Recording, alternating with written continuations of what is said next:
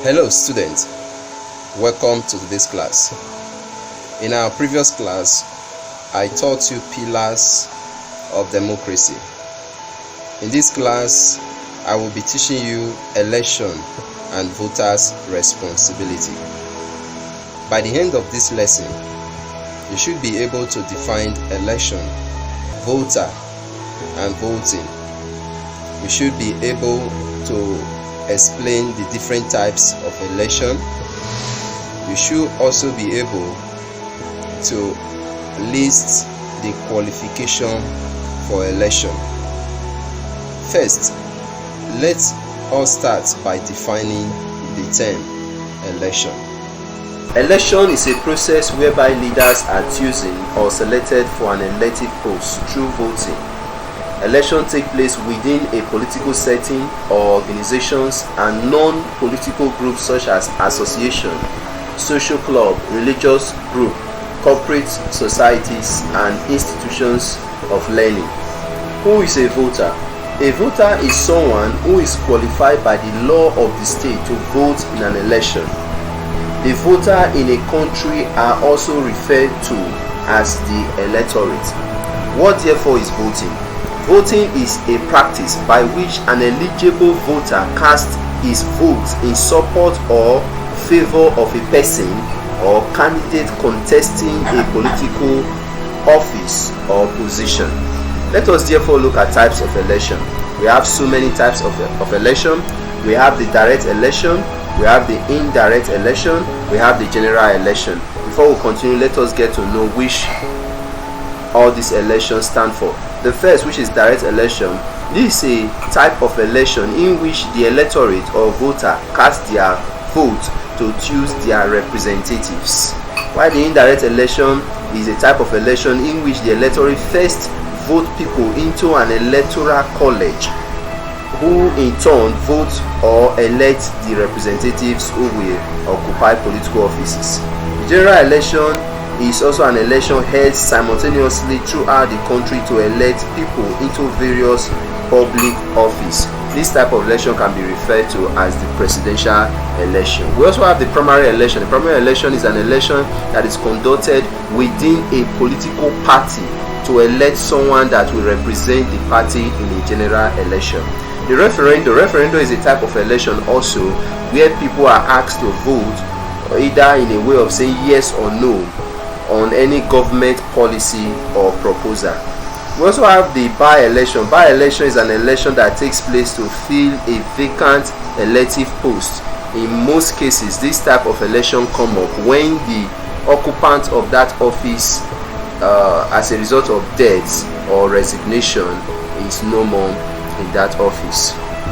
Let us therefore look at basic qualification for election. There are a lot of qualifications. Before you can vote, you must have some certain qualification. For a voter, the qualification for a voter is that such a person must be a citizen of that country. Such a person also must be of age. Like in the case of Nigeria, you must be 18 years before you can vote. Such a person would have also registered with INEC, and also he has gotten a voter's card that will also give him the privilege to cast his vote. Such a person also will be physically present, physical appearance. As at for now, we are not doing online voting, so your presence is highly needed at the voting center. Then also such a person must be of sound mind. In this case, somebody who is mentally not balanced might not be able to vote. We will now look at qualification for candidates of election, those who want to run for offices. First of all, independent electoral body. We are looking at qualification for conduct of election now. We have independent electoral body. There must be a body that will organize the election, that will be in charge of everything pertaining to the election.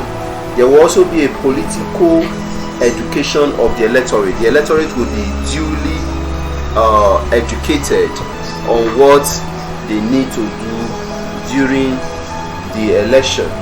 There will also be updates of voters registration. There is always a document where proper registration of every person in the state has been duly recorded. So that document will be updated.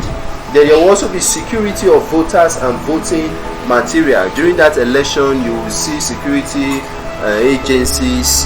They are conspicuously present in the polling units.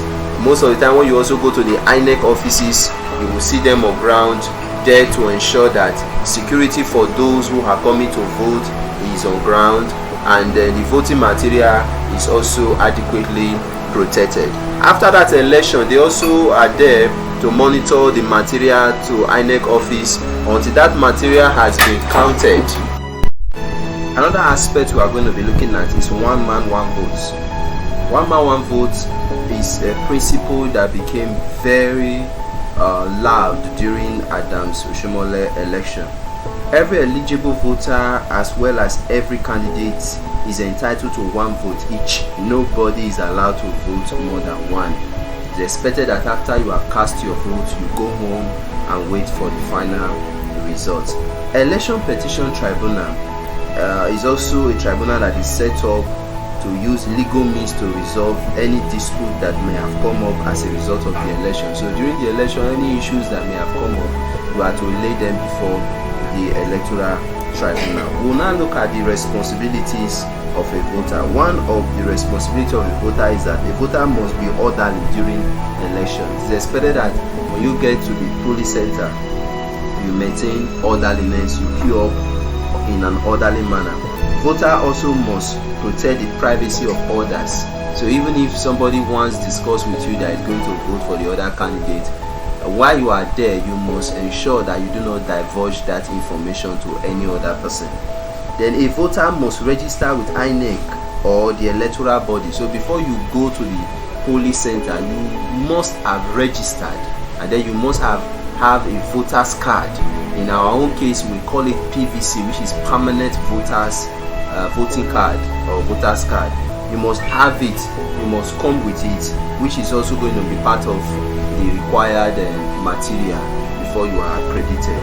Another thing is that a voter must shun every act of violence before, during, and after election. A voter must ensure that he is a citizen of Nigeria and has attained the age of 18. A voter should report any problem or violation of electoral law to appropriate authorities. Voter must treat INEC official or electoral bodies with courtesy. A voter must vote for people of integrity and credibility without sentiment. We will now look at the procedure for voting. According to the Independent National Electoral Commission (INEC), an eligible voter should present his or herself to the poll officials and shall undergo the following procedure. So before you begin to start saying you want to vote, these are things you must do. First you must do is accreditation. Accreditation, the name and the number of the voter shall be checked in the register by the poll clerk.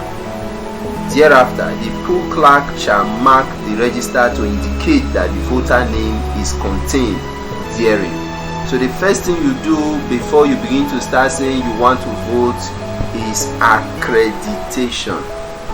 The other one is thumb marking. The poll assistant shall apply an indelible ink to the appropriate finger of the voters, the left hand depending on the type of election. After this, the presiding officer will issue the voter a ballot paper in readiness for voting. Number 3 is the voting process now. The voter shall now proceed to the cubicle provided by the electoral body and cast his vote in an open secret ballot system. The voter shall leave the premises or move away by some meters from the voting center. We now look at the importance of election. The importance of election is as follows. It allows for check and balance as well as accountability of political office holders. Number 2 is that it enables the citizen to exercise their political right through voting. It enables citizens to participate in decision-making process through voting also. The other one is that it allows for peaceful and smooth succession of government or change of political office holders. It indicates citizens politically. It educates citizens politically. The result of a free and fair election makes people know public opinion about any issue.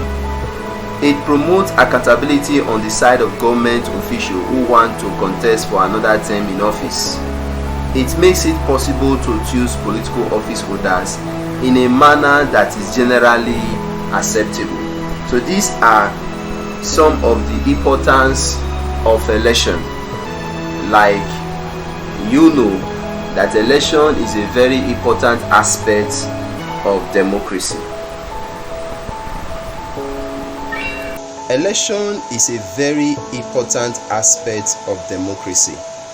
It is through election the people exercise the power that is in their hand.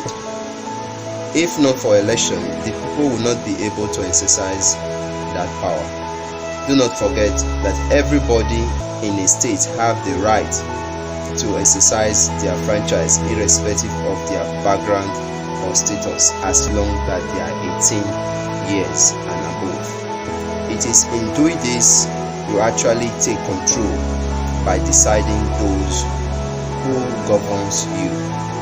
This is all we can take for this class. We will continue in our next class.